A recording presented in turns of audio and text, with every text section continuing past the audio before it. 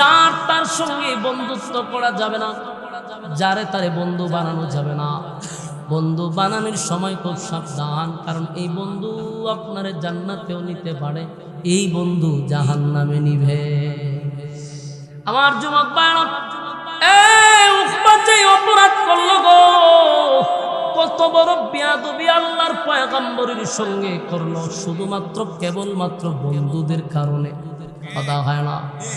এমন মুনাফিক যারা মুখে মুখে কয় আমি মুসলমান, আমি ধর্ম গ্রহণ করছি, কিন্তু তারা স্বার্থের জন্য, নিজের ফায়দার জন্য ইসলামটাকে তারা কলঙ্কিত করতেও কোনো সমস্যা নাই। কথা হয় না? ইসলামের 12টা বাজায় দিল তাদের সমস্যা নাই, কিন্তু তাদের স্বার্থ হাসিল করতে হবে। কথা হয় না?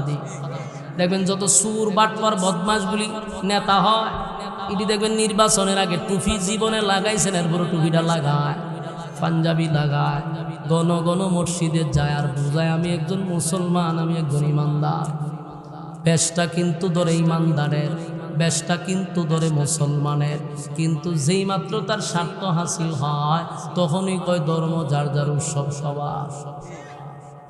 এটা কি মুসলমানের কথা? ওই কথা কন্যা দি যুবক ভাইরা, এটা তো কোনো মুসলমানের কথা হতে পারে না, এটা মুসলমানের কোনো কালচার হতে পারে না। তাই আমাদের বোঝা দরকার এই সমাজে বহু মুনাফিক আছে না নাই। এরা বলে আমি মুসলমান, আমার বাবাও মুসলমান, আমি কোরআন মানি, ইসলাম মানি, ধর্ম মানি, সব ঠিক আছে, কিন্তু স্বার্থ একাত্তর কিচ্ছু মানে। কথা বলেন, ওই যে সূরা নিসার 65 নম্বর আয়াত, এক ব্যক্তি নবীর কাছে কালেমা পড়ছে, সমাজের মানুষের কাছে কয় আমি একজন মুসলমান, আমি একজন। আচ্ছা, আপনারা কি বিরক্ত লাগতেছে? তো এইভাবে যে সবার উপরে বর করতেছে, ঘটনা কি? আমি আর 5 মিনিট 10 মিনিট সময় নিব, এরপরে ছেড়ে দিব, কিন্তু মাঝখানে উঠতেন না। ভাবতেছেন মানে হুজুরে ঘন্টার পর ঘন্টা লইয়া লামছে আমরা জায়গা, এমন টানা আমার নিজেরই জানে কুলাইতেছে না। এরপরও আপনারা লইয়া সাথে একটু বেশি সময় দিন, কিন্তু আপনারা যে বর করা শুরু করছে, এখন তার সামনে টানা যেত না, কিন্তু উঠতেন না বেশি সময় নেই, 10 মিনিট শেষ করতেছে। বসে 1 নম্বর হলো সূরা নিসার 65 নম্বর আয়াতটা কেন নাজিল হলো? এখানে একটা মুনাফিকের চরিত্র আছে। এক ব্যক্তি নবীর কাছে কালেমা পড়ছে, সমাজের মানুষের কাছে বলে আমি একজন মুসলমান। তো মুসলমান বলে মুসলমানরা তারে মহব্বত করে, ভালোবাসে, কিন্তু এই মুসলমান ব্যক্তিরা একদিন ঝগড়া লাগছে একটা ইহুদির লোক। ঝগড়া কি অস্ত্রের ঝগড়া, সহালতে বিকাল পর্যন্ত ঝগড়ি করতেছে। একজনের জিগায় আপনারা দুইজনের গুতাগুতি দেখলাম, সহালতে করতেছে। ঘটনা কি? বলে ঘটনা হইলো আমার মাল লয়ে হ্যাঁ জায়গা বাড়ি, এটা হয় হের বলে, হে কয় এটা আমার, হে কয়। এই দুই ব্যক্তি তারে জোরাজুরি কইরা, তৃতীয় ব্যক্তি তারে দইরা দুজনে ধরে লিয়েছে রাসূলের কাছে। সারাদিন ধরে মারামারি করতেন, বিচার একটা না হইয়া যাবে, দুনুটারে ধরে রাসূলের কাছে নিয়ে গিয়ে হুজুর দুনুটার বিচার করুন চাই। মাল একটা, কিন্তু দুনুটা লাগছে সহালতে ঝগড়া, কেউ কাউরে দেয় না, হে কয়টা হে, এ কয়টা হে। রাসূল বিচার করবো, ঠিক আছে আমি বিচার করলে মাননি, বলে জি হুজুর সব বনা সেদিকে দেখো। ইহুদি ব্যক্তি কয় আমি একজন ইহুদি হইতে পারি, কিন্তু আপনি বিচার করে দিলে আমার কোনো অসুবিধা নাই, আমার কত হইলো মালটা আমার, আমি বুঝা হইতাম। আপনি বিচার করবেন না, কেউ বিচার করবো আমার দেহার বিষয়। রাসূল এটা সুষ্ঠু তদন্ত করছে, তদন্ত করে দেখে আসলে মালটা মুসলমানের না, এটা ইহুদিরই। নবী কই মাল তোমার, লয়ে বাড়ি যাও। বিচার দিছে, শেষ না? ইহুদি ব্যক্তি মাল লয়ে বাড়ি যায়। মুসলমান ব্যক্তিরা রাস্তায় গিয়া তার সন্ত্রাসী কায়দায় আটকাইছে, বাড়ি যায় মাল লইয়া যাস করে, মা বিচার না করে দিল, তুই না মুসলমান, তোর নবী না বিচার করে দিছে, তুই মাল তখন এটা আমার করে দিলে কি? আমার তো বিচার পছন্দ হয়েছিল। আমার মতো একজন মানুষ এখানে পোস্টারটা দিকে আমার নিজেরই খারাপ লাগছে, মানুষের কাছে তো খারাপ লাগবো। এরপরে ওনারে বারবার জিজ্ঞেস হুজুর কামড়া করলো কি? কয় আমি কইছি এই কারণে পোস্টার করছে, কারণ আপনি হইলেন গিয়ে মেহমান, আমি মেজবান। তখন আর কি কমো, হুজুরে কইরা লেছে, পরে পোস্টার দেখছি আমি, এটা আসলে ঠিক না। আমরা অনেক সময় আলেম বক্তারা বহাত হেই এতে নাম উঠলে আরে ভাই আমরা কি পোস্টার করার দেখি, পঞ্চারি সময় আছে কোনহান্দা কোন পোস্টার, আমি পোস্টার দেখিও না, কোনো খাইও না, কোনো ডেলি যদি মাহফিল দেয় 2টা দিন আমি কোনটার পোস্টার দেখবো? কেটা কোনহান্দা দিতাছে নাম কই দিতাছে, আমি পোস্টার গিয়া ওই মাহফিল বইয়া ফরবার লেগে খালি পোস্টারটা আঁকলে। অনেক সময় পোস্টার সোশ্যাল মিডিয়াতে ছাড়লে তুলে বক্তারে বহাতে, চিকানা আমার কি দোষ আছে বলছে, আমি বেচারা জানিও না। এই জন্য এটা নিয়ে সমালোচনা আমরা না করি, আমার নিজেরই লজ্জা লাগছে। আলহামদুলিল্লাহ হুজুরের এলাকা, আপনারা কপাল বালা, আপনাদের কিসমত অনেক ভালো, যেরকম একজন আলেম আপনাদের গ্রামের, এটা গর্ব না? কথা কই না দি?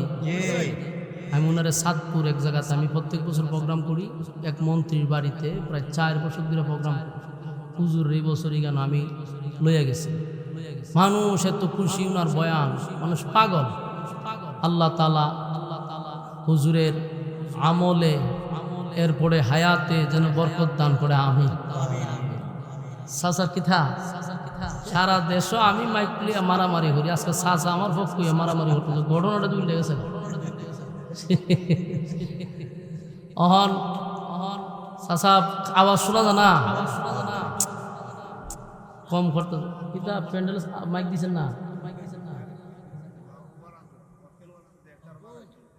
একটু বাড়াইলে শীষ মারে। তার নদী আজকে বক্স নয়, মনিটর না। আচ্ছা যাক, আচ্ছা যাক, এখন সাসার তো শুনতেছে না, দরবার তো লাগবে কেন? আচ্ছা আস্তে আস্তে বাড়বো চাচা, আমার পিক আপ বাড়াইলে এমনি বাড়বো, সমস্যা না। একজন লোক পাইছে আমার পক্ষের, আমি মাইক প্লে চিল্লা চিল্লি বলে মাইক ম্যানরা করে যন্ত্রণা, আজকে দিয়ে আমার পক্ষে দিলে চাষে বাড়া, এরম লোক দিয়ে একটা পাইতাম মাহফিলও বালা আছে। আচ্ছা যাক চাচা, ইনশাল্লাহ পিক আপ বাড়বো, একটু সময় যাক। আল্লাহ তাআলা আপনাদের আসার বসার তৌফিক দিছে, এটা আমার পক্ষ থেকে, আল্লাহর পক্ষ থেকে একটা নিয়ামত না? ফিতনা ফাসাদের যুগে যেই সময় মানুষ গুনাহের প্রতিযোগিতায় থাকে, ঠিক এই সময়টাতে আপনাদেরকে আল্লাহ দ্বীনি মজলিসে বসায় রাখছে, এটা কিন্তু বহুত বড় এক নিয়ামত। আর ব্রাহ্মণবাড়িয়ার মানুষ এত আলেম প্রিয়, আর এটা তো আলেমের শহর। ব্রাহ্মণবাড়িয়া সবচেয়ে বেশি আলেম হইল ব্রাহ্মণবাড়িয়া, আর হইল সিলেটে, নোয়াখালীতে, এগুলো তো আলেম বেশি। যেখানে আলেম বেশি সেখানে আলেমদের কদরও বেশি, এটা জানবেন। যেই জায়গাতে আলেমদের কদর করে না সেখানে আলেম জন্ম নেয় না। জিজ্ঞান হুজুর, যদি আপনি কদর করেন ওখানে আলেম জন্ম নিবে। ব্রাহ্মণবাড়িয়ার কদরও করে, আলেম জন্ম নিতেছে। এই জন্য আপনাদের ব্রাহ্মণবাড়িয়া আমি সবচেয়ে বেশি প্রোগ্রাম করছি। আমার যদি মনে করেন সিজনে আমরা মিনিমাম 300-350 প্রোগ্রাম করি, এর মধ্যে আমার মনে হয় 50-60 ব্রাহ্মণবাড়ি দেওয়া হয়েছে, আরে সব মানুষ। কিন্তু আমি যে যতগুলো মাহফিলে গেছি, মানুষ আলেম প্রিয়, এটা উপস্থিতি বলে বইলা দেয়। কারণ এত ঘন ঘন এখান থেকে যাইতেছি সব জায়গায়, তো মোটামুটি জনগণ বিরক্ত হওয়ার কথা, যার কত হুঙ্কাম বেড়ার ওয়াজ, কিন্তু দিই না, মোটামুটি মানুষ ওয়াজ শুনতে রাজি, আরামের বিছনা ছাইরা দেয়, নর্মাল বিছানা দেয় বই। আল্লাহ তাআলা আপনাদের হায়াতে আমলে বরকত দেবে, আমিন। আল্লাহ যাদেরকে ভালোবাসে এবং যাদেরকে আল্লাহ মহব্বত করে, যাদের কল্যাণ চায়, তাদেরকে আল্লাহ দ্বীনি কাজে বসায় রাখে। এখানে যারা বসছেন আপনাদের কল্যাণ আল্লাহ চায়, তাইলে আপনার এখানে বসাইতো না। ওই দোকান ভাড়া কয়েক টাকা দেবেন, আড্ডা মারতেছে, ওই হেরার কাছে নিয়ে বসাইতো। অনেক লোক আছে আড্ডায় ব্যস্ত, গল্পতে ব্যস্ত, দোকানে ব্যস্ত, কিন্তু এদের কাছ থেকে আল্লাহ আপনার এখানে বসায় রাখছে। তার মানে এদের চেয়ে আপনাকে আল্লাহ বেশি মহব্বত করে। আলহামদুলিল্লাহ কইতে পারেন, খুশি নি? ওলামায়ে কেরামদেরকে জিজ্ঞাসা করবেন যে আল্লাহ যারে ভালোবাসে তারে দিয়ে আল্লাহ দ্বীনের কাজ করে। আপনি যত মসজিদের দিকে যাইবেন বুঝবেন আল্লাহ আপনার বেশি ভালোবাসে, নাইলে বারবার মসজিদও নেই কেটে মাহফিলও বসে রয়েছেন, আল্লাহ ভালোবাসে। বাজার ঘাটে গল্পতে বেশি সময় দেওয়াটা ঠিক নয়, শয়তানের আক্রা থাকে। সমস্ত শয়তানের বড় বড় লিডারগুলি থাকে বাজারে। এই জন্য দেখবেন বাজারে যত ঝগড়া ফিতনা ফাসাদ সব বাজারে হয়। দেখেন যত ধরনের ফাও কথা আছে, যত দরবারের যত কথা আছে সব বাজারে, ঠিক নেই? যত ভালো কথা আছে সব হয় মসজিদে, দ্বীনি পরিবেশে, ঠিক না? শয়তান বেশি কেন? আল্লাহ আপনাদের বসার সুযোগ দিছে, খুশি না বেজার? আমি আপনাদের সামনে সূরা নিসার 65 নম্বর আয়াত তেলাওয়াত করছি, আরেক জায়গায় সূরা ফুরকান এর 26 নম্বর আয়াত তেলাওয়াত করছি। দুই জায়গার থেকে দুইটা আয়াত আপনাদের সামনে তেলাওয়াত করছি। আলোচনার যে সাবজেক্ট দুটো আয়াতেই আলোচ্য বিষয়টা আসে মুনাফিক কেন্দ্র করে। মুনাফিক এটা ইহুদির চেয়ে ভয়ঙ্কর, মুনাফিক খ্রিস্টানের চেয়ে ভয়ঙ্কর। যত দুশ্মন আছে ইসলামের সবচেয়ে বেশি ভয়ঙ্কর হলো মুনাফিক। আল্লাহ রাসূল নিজে কইছে ইহুদিরা যেই ক্ষতি আমার করে নাই মুনাফিকরা এর চেয়ে বেশি করছে। যেন মুনাফিক থেকে সাবধান হওয়ার দরকার আছে নি। মুনাফিক বড় ভয়ঙ্কর। মুনাফিক কিন্তু ইহুদি হয় না, মুনাফিক কিন্তু খ্রিস্টান হয় না, মুনাফিক মুসলমান হয়। কথা কই না দি মুনাফিক কি হয়? মুসলমানের বেশ দুইটা হয়, খ্রিস্টানের বেশ দুইটা মুনাফিক হয় না, ইহুদির বেশ দুইটা মুনাফিক হয়। মুনাফিক হয় ইসলামের বেশ ধরে, কারণ ইসলামের ক্ষতি করতে গেলে ইসলামের বেশ ধরতে হবে। আর এই বেশটা ধরে ইসলামের যে ক্ষতি হয়েছে ইহুদিরা ডাইরেক্টলি এত ক্ষতি করতে পারছে, কারণ শত্রু যদি আপনার গড় থাকে তাহলে আপনার বাঁচার কোনো সুযোগ আছে? বহিরাগত লোক ডাইরেক্ট গড় গিয়ে আপনারা মারতে পারবে, গরুই যদি শত্রু থাকে তাহলে মারা খুব ইজি। এই জন্য মুনাফিক হলো ঘরের শত্রু, এই জন্য এদের কাছ থেকে আমাদের সাবধান হওয়া দরকার। সূরা নিসার 65 আর এইদিকে হইল সূরা ফুরকানের 26 নম্বর আয়াত। রাসূল আরবি সাল্লাল্লাহু আলাইহি ওয়াসাল্লাম যখন মক্কাতুল মুকাররমায় রাসূল আরবি সাল্লাল্লাহু আলাইহি সাল্লাম দিন প্রচার করতেন, তখনকার যুগের মানুষগুলো তেমন একটা ভালো ছিল। জাহেলিয়াতের যুগ তো খারাপ মানুষ ছিল, হানাহানি মারামারি যা করে সব করতো, এমন কোন নিকৃষ্ট কাজ নাই যেটা তাদের দ্বারা হয়েছে না, সব কাজ এরা করত। তো এই খারাপের মধ্যেও কিছু ভালো আছে, ভালো গুণ আছিল, গুণ অনেক আছে না, খারাপ মানুষ হইল এর মধ্যে কিছু ভালো গুণ আছে। আর কোনো না কোনো গুণের কারণে আল্লাহ তারে সমাজে সম্মানিত করে, কোনো না কোনো গুণের কারণে তারে আল্লাহ সম্মান মর্যাদা দেয়। যত খারাপ মানুষই হোক দেখবেন কিছু না কিছু গুণ এর মধ্যে অবশ্যই আছে, এই গুণটার কারণে আল্লাহ তারে একটা সম্মান দিয়া রাখছে, ইজ্জত দিয়া রাখছে। তো মক্কার কিছু মানুষেরা তো এমনিতেই খারাপ হইলেও এদের মধ্যে ভালো গুণ ছিল, যেই গুণটা আমরা মুসলমানদের মধ্যে এখন পাওয়া যায় না। এই গুণটা কাফেরদের মধ্যে ছিল, আল্লাহ এই গুণটারে পছন্দ করত, অথচ তারা ইসলাম বিদ্বেষী ছিল, কিন্তু তাদের মধ্যে কিছু গুণ ছিল যেটা আল্লাহর কাছে পছন্দ। এই গুণটা মুসলমানের মধ্যে থাকা দরকার, আর এই গুণটা আল্লাহর কাছে পছন্দ।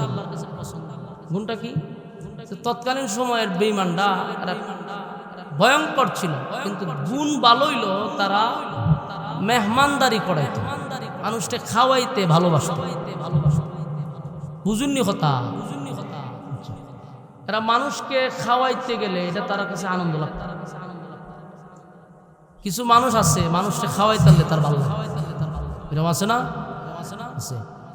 দেখবেন হেতে যা কামাই করে মানুষ লইয়া খাওয়াইয়া ময়া শেষ, এটা তার মধ্যে একটা আনন্দ পায় মানুষকে খাওয়াইয়া। তখনকার যুগেও মানুষকে খাওয়া নিয়ে এদের একটা গুণ ছিল। এরা ব্যবসায় একটু ভালো ব্যবসা করতে গেছে, ভালো যদি একটু খামাইতে পারে। আচ্ছা ভাই আপনার ভলান্টিয়ার নাই আসেনি? কেউ ভলান্টিয়ার আসেনি? ওই যুগানে কতগুলো লোক দাঁড়ায় গল্প করতেছে, একটু সরাইয়া দেন, কারণ ওখানে কথা হইতেছে জুড়ে জুড়ে, এরা পিছাতে চাইতে হয়। কথা কইবেন যেহেতু আপনারা একটু দূরে গিয়ে কথা বলতে আমার জন্য সুবিধা। পাবলিক চাইতে আপনারা পিছিয়ে, কারণ তো দুই দিকে ক্ষতি করতেছেন, নিজের ক্ষতি করতেছেন এটি বালা, কিন্তু পাবলিকের ক্ষতি করে লাভ নেই। ভাই কথা কইন না, কথা কইন না, কইছি ওনারও বেশি বাড়ছে। আমরা কথা আমরা না বলি, পিছনের দিকে আমরা না তাকাই, এদিকে আসেন। তো মানুষের এই খারাপ মানুষের মধ্যে তাদের গুণ কি ছিল? মেহমানদারি করার মতো একটা গুণ ছিল তাদের। মানে মনে হল ব্যবসার কাছে আজকে ভালো একটা টাকা ইনকাম হয়েছে, ব্যবসায় ভালো একটা কিছু মুনাফা পাইছে, তো আইসাই আর একটা খাওয়ানোর ব্যবস্থা করতো, ওইরা মানুষকে খাওয়াইতো। তো একজন মক্কার নেতা ছিল, সে কুরাইশ বংশেরই একজন নেতা। উকবা ইবনে আবু মুআইত তার নাম। সে ব্যবসায় গেছে, গিয়া তার মুনাফা খুব ভালো হয়েছে। তে মক্কায় এসে চিন্তা করছে ব্যবসায় তো ভালো টাকা পাইছে, ইনকাম ভালো হয়েছে, তো একটা খাওয়ানোর আয়োজন করা দরকার। তখন খানার একটা আয়োজন করছে, দাওয়াত দিব কারে। মক্কার তো সব শয়তানের ইতারে সব তীরে লারা আছে, এত রাখছে বালা মানুষ আর তু খায় পারে। শেষে সে চিন্তা করে দেখলো মক্কার মধ্যে সবচেয়ে ভালো মানুষ তৈল আব্দুল্লাহর পুত্র মুহাম্মদ সাল্লাল্লাহু আলাইহি ওয়াসাল্লাম। উনার সে ভালো মানুষ তার মক্কাতে কেউ নাই। এই উকবা চিন্তা করলো যে দাওয়াত যদি দিতে হয় তাহলে আমি মুহাম্মদরে দাওয়াত দিব, তারাই নামে খাওয়া। তার মন মানসিকতাটা এদিকে গেছে। রাসূল যে ভালো মানুষ এটা হে জানা। চিন্তা করলো আমি খাওয়া মতো আমি ভালো মানুষ খাওয়া। গেছে আল্লাহর রাসূলের কাছে, গিয়া কইল যে একটা কাজ করে, আমি তো ব্যবসায় ভালো, আমার রোজগার হয়েছে, তো আমার নিয়ত হলো আপনাকে আমি একবেলা খাওয়াবো। আল্লাহ রাসূল সাল্লাল্লাহু আলাইহি ওয়াসাল্লামের সাথী সঙ্গীরাও পাশে বসা ছিল। তো রাসূল বলল আমাকে তো একা দাওয়াত দিলে আমি খাবো না, আমার সাথে যে বুঝা রয়েছে এরা সামনে আমার দাওয়াত দিচ্ছে, আমি একলা খাই কেমন? না, আপনার সাথী সঙ্গী যারা আছে সবারই দাওয়াত। তো এটা তো খুশির সংবাদ। ঠিক আছে, আল্লাহ রাসূল বলল ঠিক আছে আমি যাব। সেও তার যত লিডার মিডার আছে সবাই দাওয়াতটা দিচ্ছে। রাসূল সাল্লাল্লাহু আলাইহি সাল্লাম তার সাহাবায়ে কেরামদেরকে নিয়ে তার বাড়িতে গেছে খানা খাইব। বসার সাথে সাথে রাসূলের ইয়াদ হয়ে গেছে, জারি আমি যে খানা খাইতে আসলাম সে তো ইমানদার না, সে তো বেঈমান। অথচ আল্লাহ ওনারে ভুলাইয়া দিছিল দাওয়াত রাখার সময়। নবীরা ভুলে না, আল্লাহ ভুলাইয়া দেয়। আমাদের আকীদা কি? নবীরা ভুলে না, আল্লাহ ভুলাইয়া দেয়। রাসূলের হঠাৎ করে স্মরণ হইল যে সর্বনাশ, আমি যে আমার সাথী সঙ্গী লিয়েছি খাইতা, এ তো বেঈমান। তো একজন বেঈমানের গোরান রাসূল পড়ছে মহাপুরে পেরাশানিতে, আমি দাওয়াত তোরে কেলে আবার লুক লইয়া বইয়ে গেছি দস্তরখান। তো এখন আমি উঠতে যাই কেন? এখন তো পড়ছে মোহাম্মদ সাহাবায়ে কেরামরা হুজুর, এটা তো আমরা মাথা তো আছে, এখন এটা সমাধান করতে।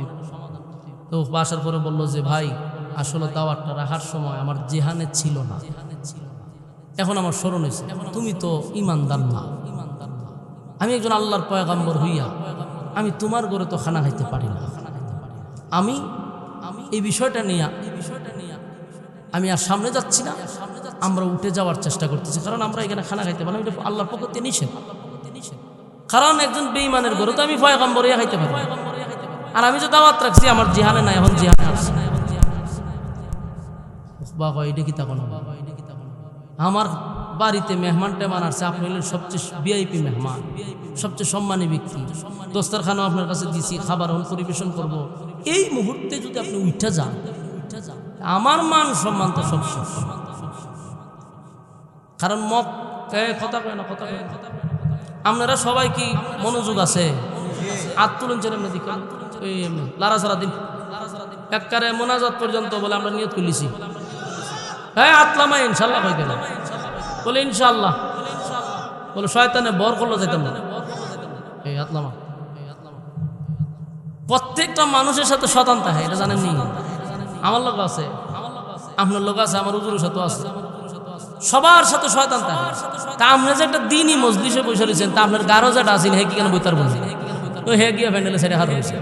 প্রত্যেকের শয়তান চতুর্দিকে ঘেরাও ঘুরে বইছে, এত আড়ি কেন ঢুকতে পারে না, মানে আপনারা তো এতে হে যাও না, অনুগান থেকে আপনারা দিতে পারেন ওসুয়াশা দেয়। যেটি একেবারে বেশি প্রেম প্রীতি গেছে শয়তানের লগে, দেখবেন আলগা উঠা শুরু করে। আর কিছু লোকরা যারা বহু চেষ্টা করে উঠাইতে পারে, তো যেটি উঠা জায়গা বুঝবেন যে বর করে নিছে। কথা বুঝতেছেন নি? যদি কেউ উঠে বুঝবেন যে খাম হয়ে গেছে, কারণ অনেক দিনের সম্পর্ক তো ওখান থেকে লারা দিলেই বাস হয়ে যাগা। এই জন্য উঠলে আপনারা একটু সাইয়ারে দেখবেন যে মাশাআল্লাহ ধরে নিছে, বর কইরা লইছে। আপনারা উঠাউটি করে না, উঠলে মাঝে সায়া থাকবো আপনার ভাই যে আপনারা বর করছে, লরণ চরণ যেত না। মনোযোগ দিয়ে শুনেন, তখন আল্লাহর রাসূল উঠতে যাবেন। তো মক্কার একটা সিস্টেম ছিল কি জানেন? কেউ যদি খাবারের থেকে উঠতে জাগা, এটা এর কাছে লজ্জা, এটা সবচেয়ে বেশি বেজ্জতি। যদি কেউ শুনে যে অমুকের বাড়ির থেকে খাবারের প্লেট থেকে উঠে গেছে গা, এর থেকে লজ্জা আর কিছু নাই। এখন যিনি দাওয়াত দিছে এখন সর্বনাশ, আসমান ভাঙে মাথাত পড়ছে, আপনি যদি উঠা যান আমি তো মুখ দেখাইতে পারবো না মক্কাতে, আমার মান সম্মান সব শেষ। আপনার মতো ব্যক্তি খাবারের দস্তরখানাতে উঠে যাবেন, এটা কিভাবে সম্ভব? আল্লাহ রাসূলকে উঠতে দিচ্ছেন। রাসূল কতের শর্ত আছে, শর্ত সাপেক্ষে আমি খাবার খাইতে পারি। শর্তটা কি? তুমি কালেমা পড়ে ঈমান আনতে হবে। সুবহানাল্লাহ হইতেন না?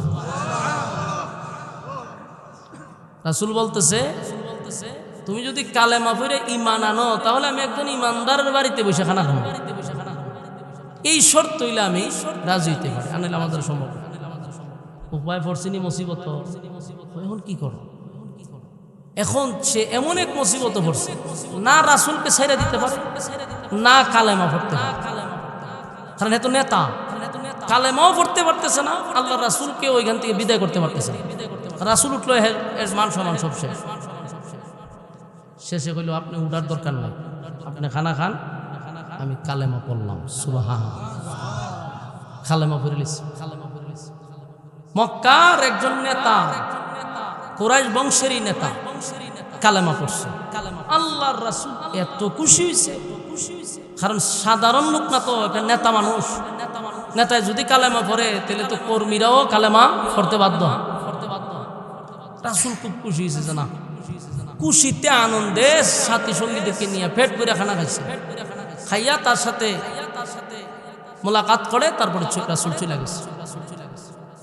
এখন এই খবর তো আর ঘরের ভিতরে রয়েছে না, এখন না ওই মিডিয়া আছে যে কিরামান কাতিবিন কার রয়েছে, এখন তো ই মিডিয়া, আর তখন ছিল মুখ মিডিয়া, মুখের পাওয়ার আছে, হের থেকে হে হের থেকে হে, বাস সারা গ্রাম গঞ্জে শহরে বন্দরে সব জায়গায় খবর হয়ে গেছে উকবা কালিমা পড়ে ঈমান আনছে, সব জায়গায় প্রচার হয়ে গেছে।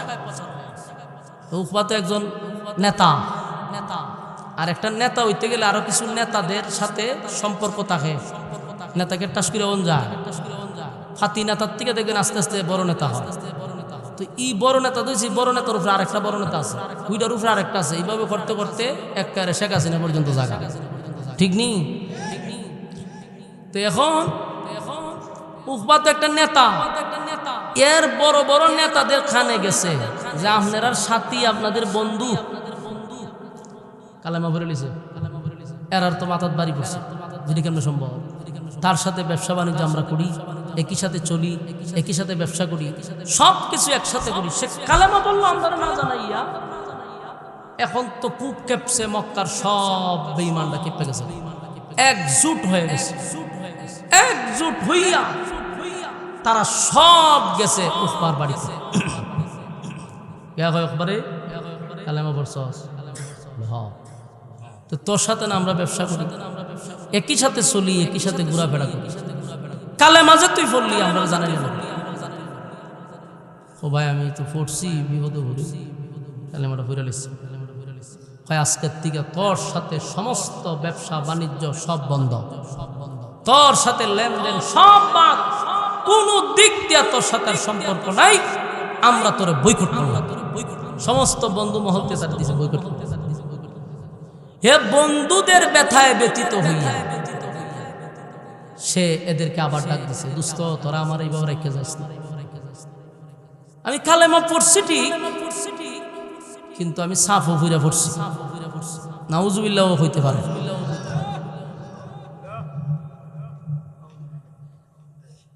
মক্কার আবু জাহেল, আবু লাহাব, বড় বড় যত নেতা আছে সব নেতা উপস্থিত। উকবা বলে আমি কালেমা পড়ছি কিন্তু সাপো ফিরা, তার মানে সই ইচ্ছা না। আচ্ছা কোন জানিটা হইছিনি, ওখান দিয়ে ফল্টি মেরে দিছে, মেরে দিছে ফল্টি। আবু লাহাব সহ, আবু জাহেল সহ যত বড় বড় লিডার ছিল মক্কা নগরীতে সব তারে বলতেছে যদি তুমি সাফো ফুরি করো তাহলে এটা আমরা বুঝাইতে। আবু জাহেল বলেন আমি যতটুক জানি মুহাম্মদের কালেমা যদি কেউ একবার পড়ে জীবন দিতে পারে কিন্তু কালেমা ছাড়তে পারে না।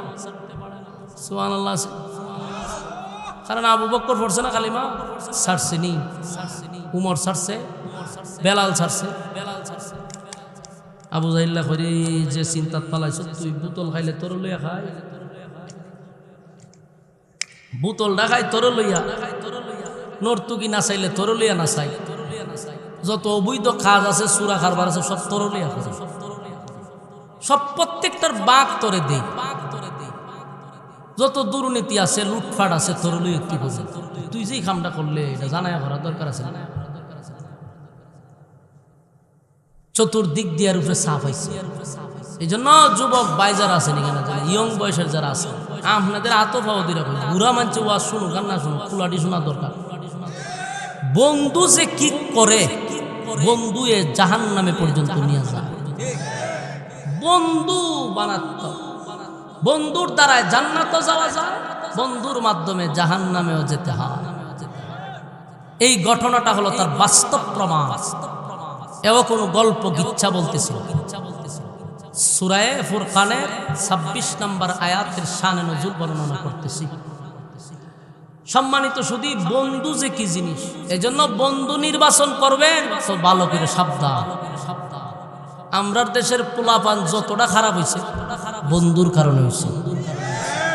আপনি যদি বিশ্বাস না করেন বলেন, আমি চ্যালেঞ্জ করতে পারি, যতটা ইয়াবা খায় নেশা করে এর নিজে নিজে শিখছে না, এর বন্ধু এর শিখাইছে। যতটা পোলা মানে সিগারেট খা, আপনার কি মনে হয় মা বাবা যখন জন্ম নিয়েছে সময় সিগারেট ধরাই দিছে না? স্কুলে যাবার সময় একটা সিগারেট ধরাই দিছে বলে টানতে টানতে যাবো স্কুলে, মা বাবা খাওয়াইছে, বাপে শিখাইছে নি? শিখলো কর্তিকা বন্ধু, বন্ধু বন্ধু এ শিখাইছে। কোনদিন আপনার সে মসজিদে নিবে না, নামাজের সময় আপনার সে মসজিদে নিয়ে যাবে না। সুদখোরের সঙ্গে চললে একটা সময় আপনাকে সুদের ব্যবসা শিখাইয়া দিবে, ঘুষখোরের সঙ্গে চললে ঘুষ কিভাবে খাইতে হয় প্রশিক্ষণ দিবে। বেনামাজির সঙ্গে চললে আপনি নামাজি হইলেও বেনামাজি হয়ে যাবেন। এমন বেপরদাওয়ালার সঙ্গে চললে আপনিও বেপরদাওয়ালা হয়ে যাবেন, কারণ সঙ্গী গুণে লোহা জ্বলে বাসে। যদি আপনি ভালো মানুষের সঙ্গে চলেন তাহলে ভালোর দিকে আপনি যাবেন। তাই আপনাদের কাছে আমার একটা আবদার হলো, বন্ধু নির্বাচন করতে হবে কার সঙ্গে আপনি চলবেন। দেখবেন অনেক সময় অনেক মহল্লার মসজিদের ইমাম সাহেবের সঙ্গে অনেক যুবকের একটা সম্পর্ক থাকে। আমি নিজে ইমামতি কইরা এখানে আইছি, আমি ছাত্র জীবনের থেকে ইমামতি করছি। আমার মসজিদে আমার সাথে কিছু যুবক পোলাপানের সম্পর্ক ছিল। আমার রুমে আইসা বসতো, আমার সঙ্গে গল্প করত, আমার সাথে সম্পর্ক হওয়ার কারণে 5 ওয়াক্ত তারা মসজিদে আসতো, কারণ সম্পর্কের কারণে আইসা হাজিরা দিত। দেখবেন প্রায় মসজিদের ইমামদার সঙ্গে যে সমস্ত যুবকদের সম্পর্ক, এটা নামাজি পোলাপান থাকে, কথা হয় না। প্রত্যেক মহল্লা দিয়ে দেখবেন ইমাম সাহেব বললে 2-1টা পোলাপান থাকে, এটি সবটি নামাজি, কারণ ইমাম নামাজি। তাই ইমামের সঙ্গে যে বেনামাজি চললো সে নামাজি হয়ে যাবে, আর বেনামাজির সঙ্গে নামাজি চললে হে অটোমেটিক বেনামাজি হইবে, কথা হন না। এজন্য বন্ধু বানানোর ক্ষেত্রে বলুন নির্বাচন করার দরকার আছে না নাই? যাচাই বাছাই করার দরকার আছে না? যার তার সঙ্গে বন্ধুত্ব করা যাবে না, যারে তারে বন্ধু বানানো যাবে না। বন্ধু বানানোর সময় খুব সাবধান, কারণ এই বন্ধু আপনারে জান্নাতেও নিতে পারে, এই বন্ধু জাহান্নামে নিবে। আমার যুবক ভাইরা, এই উকবা যে অপরাধ করলো গো, কত বড় বেয়াদবি আল্লাহর পয়গম্বরের সঙ্গে করলো, শুধুমাত্র কেবলমাত্র বন্ধুদের কারণে, কথা হয় না। এমন মুনাফিক যারা মুখে মুখে কয় আমি মুসলমান, আমি ধর্ম গ্রহণ করছি, কিন্তু তারা স্বার্থের জন্য, নিজের ফায়দার জন্য ইসলামটাকে তারা কলঙ্কিত করতেও কোনো সমস্যা নাই, কথা হইনা দি। ইসলামের 12টা বাজায় দিল তাদের সমস্যা নাই, কিন্তু তাদের স্বার্থ হাসিল করতে হবে, কথা হইনা দি। দেখবেন যত সুর বাটপার বদমাশগুলি নেতা হয়, এটি দেখবেন নির্বাচনের আগে টুপি জীবনে লাগাইছেন, এরপর টুপিটা লাগায়, পাঞ্জাবি লাগায়, গণ গণ মসজিদে যায় আর বুঝায় আমি একজন মুসলমান, আমি একজন ইমানদার। বেশটা কিন্তু ধরে ইমানদারের, বেশটা কিন্তু ধরে মুসলমানের, কিন্তু যেই মাত্র তার স্বার্থ হাসিল হয় তখনই কয় ধর্ম যার যার উৎসব সবার। এটা কি মুসলমানের কথা? ওই কথা কন্যা দি যুবক ভাইরা, এটা তো কোনো মুসলমানের কথা হতে পারে না, এটা মুসলমানের কোনো কালচার হতে পারে না। তাই আমাদের বোঝা দরকার এই সমাজে বহু মুনাফিক আছে না নাই। এরা বলে আমি মুসলমান, আমার বাবাও মুসলমান, আমি কোরআন মানি, ইসলাম মানি, ধর্ম মানি, সব ঠিক আছে, কিন্তু স্বার্থ একাত্তর কিচ্ছু মানি না। কথা বলেন। ওই যে সূরা নিসার 65 নম্বর আয়াত, এক ব্যক্তি নবীর কাছে কালেমা পড়ছে, সমাজের মানুষের কাছে কয় আমি একজন মুসলমান, আমি একজন। আচ্ছা, আপনারা কি বিরক্ত লাগতেছে? তো এইভাবে যে সবার উপরে বর করতেছে, ঘটনা কি? আমি আর 5 মিনিট 10 মিনিট সময় নিব, এরপরে ছেড়ে দিব, কিন্তু মাঝখানে উঠতেন না। ভাবতেছেন মানে হুজুরে ঘন্টার পর ঘন্টা লইয়া লামছে আমরা জায়গা, এমন টানা আমার নিজেরই জানে কুলাইতেছে না। এরপরও আপনারা লইয়া সাথে একটু বেশি সময় দিন, কিন্তু আপনারা যে বর করা শুরু করছে এখন তার সামনে টানা যেত না, কিন্তু উঠতেন না বেশি সময় নেই, 10 মিনিট শেষ করতেছে। বসে এক নাম্বার ঘটনা, সূরা নিসার 65 নম্বর আয়াতটা কেন নাজিল হলো? এখানে একটা মুনাফিকের চরিত্র আছে। এক ব্যক্তি নবীর কাছে কালেমা পড়ছে, সমাজের মানুষের কাছে বলে আমি একজন মুসলমান। তো মুসলমান বলে মুসলমানরা তারে মহব্বত করে ভালোবাসে, কিন্তু এই মুসলমান ব্যক্তিরা একদিন ঝগড়া লাগছে একটা ইহুদির লোক। ঝগড়া কি অস্ত্রের ঝগড়া, সহালতে বিকাল পর্যন্ত ঝগড়ি করতেছে।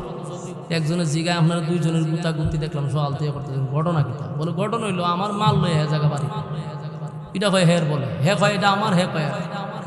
এই দুই ব্যক্তি তারে জোরাজুরি কইরা, তৃতীয় ব্যক্তি তারে দইরা দুজনে ধরে লিয়েছেন রাসূলের কাছে। ভাই সারাদিন ধরে মারামারি করতেন, বিচার একটা না হইয়া যাবে, দুনুটারে ধরে রাসূলের কাছে নিয়ে গিয়ে হুজুর দুনুটার বিচার করুন চাই। মাল একটা, কিন্তু দুনুটা লাগছে সহালতে ঝগড়া, কেউ কাউরে দেয় না, হে কয়টা হে, এ কয়টা হে। রাসূল বিচার করবো, ঠিক আছে আমি বিচার করলে মাননি, বলে জি হুজুর সব বনা সেটি কি দেখো। ইহুদি ব্যক্তি কয় আমি একজন ইহুদি হইতে পারি, কিন্তু আপনি বিচার করে দিলে আমার কোনো সুবিধা নাই, আমার কত হইলো মালটা আমার, আমি বুঝা হইতাম। আপনি বিচার করবেন না, কে বিচার করবো আমার দেহার বিষয়। রাসূল এটা সুষ্ঠু তদন্ত করছে, তদন্ত করে দেখে আসলে মালটা মুসলমানের না, এটা ইহুদিরই। নবী কই মাল তোমার, লইয়া বাড়ি যাও। বিচার দিছে, শেষ না? ইহুদি ব্যক্তি মাল লইয়া বাড়ি যায়। মুসলমান ব্যক্তিরা রাস্তায় গিয়া তার সন্ত্রাসী কায়দায় আটকাইছে, বাড়ি যায় মাল লইয়া যাস করে, মা বিচার না করে দিল, তুই না মুসলমান, তোর নবী না বিচার করে দিছে, মাল তখন এটা আমার করে দিলে কি আমার তো বিচার পছন্দ হয়েছে না। নাউজুবিল্লাহ হইতেন না। হ্যাঁ, নিজের কি দাবি করছে? কথা বুঝুন না করে দাবি করছে কিতা কি, তখন কি কর বিচার পছন্দ হয়েছে না? হ্যাঁ, ইহুদি ব্যক্তি কই কিতাব, তুই না মুসলমান, বলে হ, তুই বিচার দি, তোর নবী করে দিল, বিচার পছন্দ, বলে বিচার পছন্দ হয়েছে না। তো সারাদিন ঝগড়া করলাম, বলে না বিচার পছন্দ হয়েছে। ইহুদি জিজ্ঞাসা তোর কিতা করতে চাস তুই? এটা সানি বিচার, আরেক জাত যা কোনানো লয়ে যাবে, কই উমরের কাছে যাম, তো লহ উমরের কাছে ল। ইহুদি ব্যক্তির কত হইল, আমি যদিও ইহুদি, কিন্তু আমার ইয়াকিন বিশ্বাস মুসলমানের বিচারটা হইল সঠিক। আমি যদি ইহুদি, কিন্তু বিচারটা ইসলামের হয় সঠিক, এটা ইহুদির বিশ্বাস আছে। আর এই মুসলমান ব্যক্তিরা নিজে সমাজের মধ্যে মুসলমান দাবি করে, এর লই আবার সানি বিচার লেগে উমরের ধারে গেছে। হযরত উমরের ধারে গিয়ে হুজুর বাড়িতে নিয়ে বলো, বাড়িতে আসলাম তো একটা বিচার লই। কি বিচার? ও সহালতে দেখেন না, এই ইহুদির বাচ্চায় আমার মাল লয়ে যাবে, এ আমার মাল দেয় না, আপনি এটা সুষ্ঠু বিচার করে দেন। উমর যখন বিচার করতে গেছে, ইহুদি ব্যক্তি হুজুর আমার একটা ছোট্ট কথা আছে। বলে তোর কি কথা? বলে হুজুর আপনি যে বিচারটা করতেছে এটা কিন্তু প্রথম বিচার নেই, এটা সানি বিচার। উমর কত এর আগে বিচার করছে কেনা? আপনার নবী মুহাম্মদুর রাসূলুল্লাহ সাল্লাল্লাহু আলাইহি সাল্লাম বিচার কইরার রায় আমারে দিছে। বলে হে কিতা কয়? মুসলমানদের জিজ্ঞাসা কিরে সত্য কয়? বলে জি সত্য। তার মানে বিচার সানি বিচার, বলে জি। রাসূল বিচার করেছে, তোর পছন্দ হইছে না? তা আমি বিচার করে দিলে তোর পছন্দ দিব? বলে জি। ঠিক আছে, আল্লাহ রাসূল বিচার করেছে, তোর পছন্দ হয়েছে না, তুই মুসলমান। আমার কাছে বিচার লইয়েছে, আমি বিচার দিলে সমাধান হবে, বলে হয় তেগান দিয়ে লড়িস না, খারাপ থাক। হযরত উমর ঘরের ভিতরে গিয়ে একটা দাঁড়ালো তরবারি লইয়া এর দুইজনের মাঝখানে হারিয়েছে। হারিয়া হ নিজের দাবি করস তুই মুসলমান, সারাটা দেশ ঘুরা বেড়াচ্ছি মুসলমানের দাবি লইয়া। আমার নবী বিচার ঘুরা দিল রায়, তোর এই রায় তোর পছন্দ হয় না। আমি উমরের কাছে আছি বিচার লইয়া, আমি বিচার কি জানো? আমার বিচারের রায় হলো একটা সেদ মারছে, কল্লাটা 10 হাত দুনিয়া হলেছে। ফালাইয়া কয় দিল আমার রায়। উমর কইটা আমার রায় হইলে তোর খল্লা ফালাই দাও। দিছিনি খল্লা ফালাইয়া। ইয়াহুদি তো মনে করেন দুনু রাস্তাতে ছুটে গেছে। এই অবস্থা দেখে হ্যাঁ কাঁপতে কাঁপতে দুনু রাস্তা ছেড়ে দিছে। উমরে জিগে তুই কি কাম করছ করে? কয় আপনি কি ওখানে আমারও ধরবেন? বলে না, তুই তোর মাল লইয়া বাড়ি যা। হেতে মাল লইয়া দৌড়ার পর সব বনস সব বনস। ওহন বিচার ঠিক হয়েছে, ওহন বিচার ঠিক হয়েছে। কিন্তু ঘটনা হইল যারে উমর হত্যা করছে তার আত্মীয় স্বজন আবার উমরের বিরুদ্ধে মামলা করছে, হত্যা মামলা করে দিছে। আমরা বাইরে উমরে মেরে লিছে। নির্দোষ মানুষটারে উমর কেমনে মারল রে? গোটা মদিনার অলিতে গলিতে উমরের বিরুদ্ধে হত্যা মামলা। সবাই জানে উমর নির্দোষ মানুষটাকে হত্যা করছে, তাও আবার একজন মুসলমানকে বিনা অপরাধে উমর হত্যা করছে। মামলা করছে নবীর আদালতে। নবী তখন দেশের প্রেসিডেন্ট। সুবহানাল্লাহ, নবী দেশের প্রেসিডেন্ট ছিল। বিচার যখন শুরু হয়েছে, রাসূল তদন্ত করে দেখে উমর যারে হত্যা করছে লোকটার কোনো অপরাধ ছিল না। কারণ এক জায়গায় বিচার পছন্দ না হইলে আরেক জায়গায় নিয়ে গেলে এটা ইসলামে কোনো বাধা নাই। আমার বিচার পছন্দ হয়েছে না, আমরা আরেক জাত বিচার লিয়ে যাবেন, এটা কোনো দোষের বিষয়।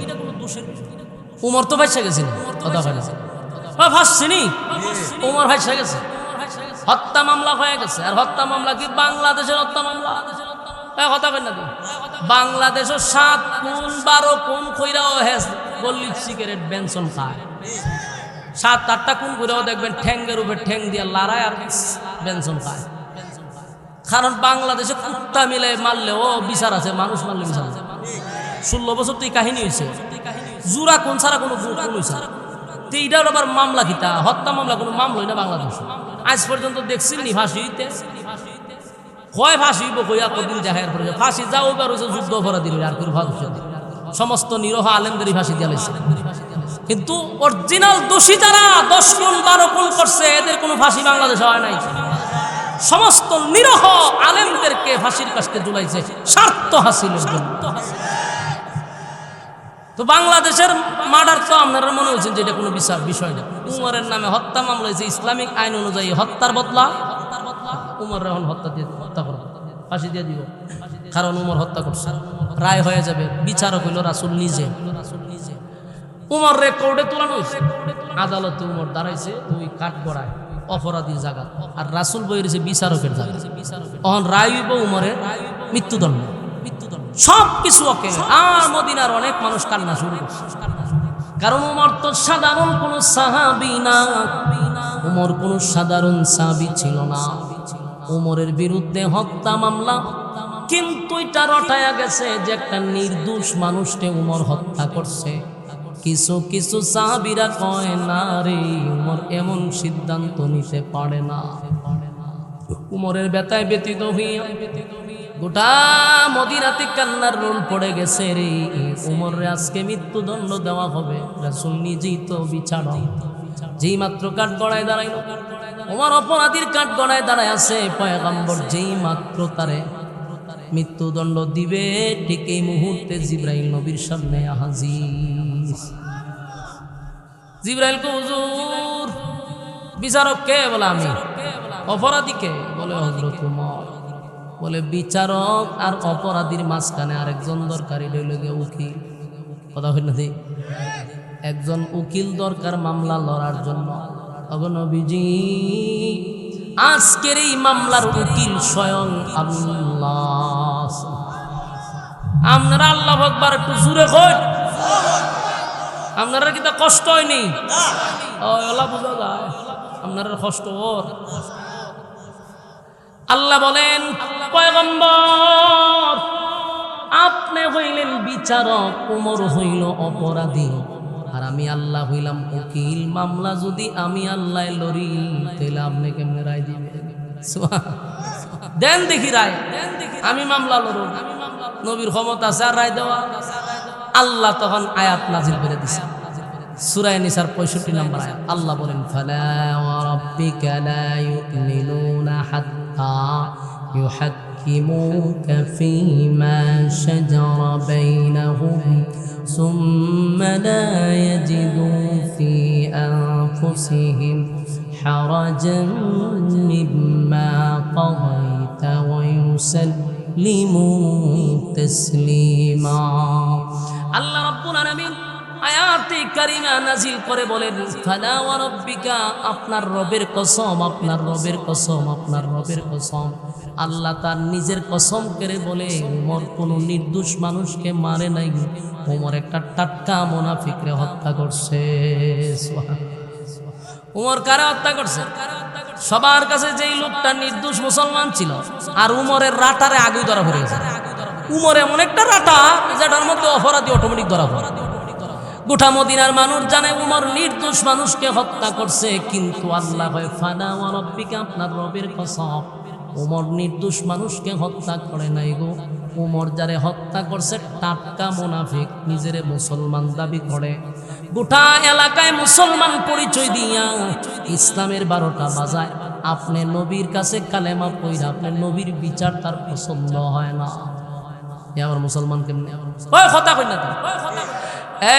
ওই যে মুনাফিক মারা গেছে যার উমরের সাইজ করছে হ্যাঁ নিজের মুসলমান দাবি করে নবীর বিচার পছন্দ হয় না দিলে এমন মুনাফিক অহন আছে আমাদের দেশে বহু লোক আছে নিজের মুসলমান দাবি করতেছে কিন্তু কোরআনের আইন তার পছন্দ হয় না নবীর তরিকায় তার চলতে ভালো লাগে না নবীর সুন্নত অনুযায়ী জিন্দেগি তার ভালো লাগে না ইসলাম তার হইল মাথা ব্যথা এটা হলো সেই মুনাফিকের খালাত্ত ভাই তখনকার এখন যদি ইসলামিক আইন থাকতো এগুলোর কতল করার দরকার ছিল আসেনি না মুনাফিক মুনাফিক এমন এক ভয়ঙ্কর যে এরা সবচেয়ে বেশি ইসলামের ক্ষতি করে এবং মুনাফিককে ধরা যায় না এরা দেখতে বড় সুন্দর এরা কাজ করে দেখায় খুব সুন্দর কিন্তু ভিতরে 14 গোষ্ঠী উদ্ধার করে দেয় নামে দেয় মুসলমান কিন্তু ইসলামের ক্ষতি করে এমন মুনাফিক থেকে আল্লাহ আমাদেরকে হেফাজত করুক সকলে বলে আমিন এমন মুনাফিক মারা গেলে যদি বুঝেন হে এই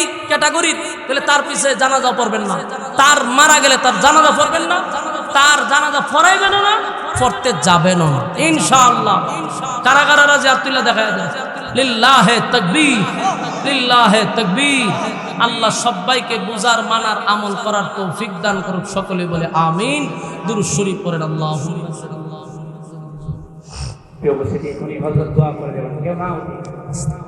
শেষ এখন সকলের দোয়া করবেন সকলের দোয়া কবুল হবে হযরত মুসাফির মানুষ সবসময় সফরে থাকেন আমি আপনাদের কাছে শুধু দোয়া চাওয়ার জন্য যে আমাদের এই পরিবারের যুব সমাজ বিশেষ করে যারা প্রবাসী আছে তারা দীর্ঘক্ষণ এই কয়েকদিন যাবৎ খবরাখবর নিচ্ছেন মাহফিলের অবস্থা আমাদের এই পরিবারের যে সমস্ত যুবকরা আছে আপনারা হয়তো রাস্তাঘাট থেকে বুঝেছেন যে তারা আজকে প্রায় 1 সপ্তাহের উপরে ধরে মেহনত করতেছেন এই সুন্দর একটি ইসলামী মহাসম্মেলন আপনাদেরকে উপহার দেওয়ার জন্য এই ইসলামী সম্মেলন উপহার দিতে গিয়ে আমাদের পরিবারের মা বোনদের অনেক অবদান আছে অনেক গান আছে এই জন্য হযরতের কাছে সহ অনেক পরিশ্রম করে অনেক যুদ্ধ করি মাদ্রাসাটা আলহামদুলিল্লাহ আল্লাহ তাআলার মেহেরবানিতে দাঁড় করাইছে ওই মাদ্রাসার মাহফিল হলো আগামী শনিবার ব্রাহ্মণবাড়িয়া আর আমার এখানে বেশি একটা দূরত্ব না সর্বোচ্চ 1 ঘন্টা লাগবে আমার মাদ্রাসায় যেতে আপনাদের উপস্থিতিটা আমার দরকার আপনারা চাইলে 1 ঘন্টা সময় লাগবে সকালবেলা রওনা দিলে মাগরিব পর্যন্ত বয়ান মানে আসর থেকে মাগরিব বয়ান শেষ মাহফিল শেষ দিনের বেলা করাবো যাতায়াতের সুবিধার জন্য একদম হাইওয়ে রোডের পাশেই বেশি দূরে না জগদীশপুর গুল চত্বর থেকে 2 কিলো এখান থেকে বিশ্ব রোড থেকে যদি উঠেন বলে আমি জগদীশপুর যাবো ঠিকানা একটাই জগদীশপুর ওখানে লাইন না আপনি দেখবেন বিশাল গেট আছে জেসারের দিকে এলে মাদ্রাসা যেতে পারেন যাবেন কারণ বেশি লোকের উপস্থিতি আমার দরকার কারণ ওখানে এমন এক জাতি এরা হয় যে আপনি 1% আপনাদের উপস্থিতি দরকার না এরা বোঝার দরকার যে আমি 1% না এরা এটা বোঝা দরকার অতীতে বুঝছে আরো বোঝা দরকার আপনারা যাবেন ইনশাআল্লাহ এটা আপনাদের প্রতিষ্ঠান সেখানে আমাদের যিনি বয়ান করবেন খতিবুল উম্মা মাওলানা হাফিজুর রহমান সিদ্দিকী সাহেব থাকবে রেজাউল করিম আবরার সাহেব থাকবে তারপরে আমাদের সিবগাতুল্লাহ নূর সাহেবও থাকবেন মানে ব্রাহ্মণবাড়িয়ার শীর্ষস্থানীয় উলামায়ে কেরাম আল্লামা শায়েখ সাজিদুর রহমান সাহেব দামাত বরকাতুহু উনি তো থাকবেই উনি শুরুর থেকে আমার সাথে আছেন আমার মাদ্রাসার সমস্ত পরামর্শ হুজুরের মাধ্যমেই চলে এবং মাদ্রাসার উপদেষ্টা হুজুর আপনারা ইনশাআল্লাহ এখানে যাবেন আপনাদের এই বরকতি যদি সফর এখানে দেন, আপনাদের পারার কারণে এই জমিনটা উর্বর হবে আমি মনে করি। এটা আমার জন্য একটা নিয়ামত ইনশাআল্লাহ।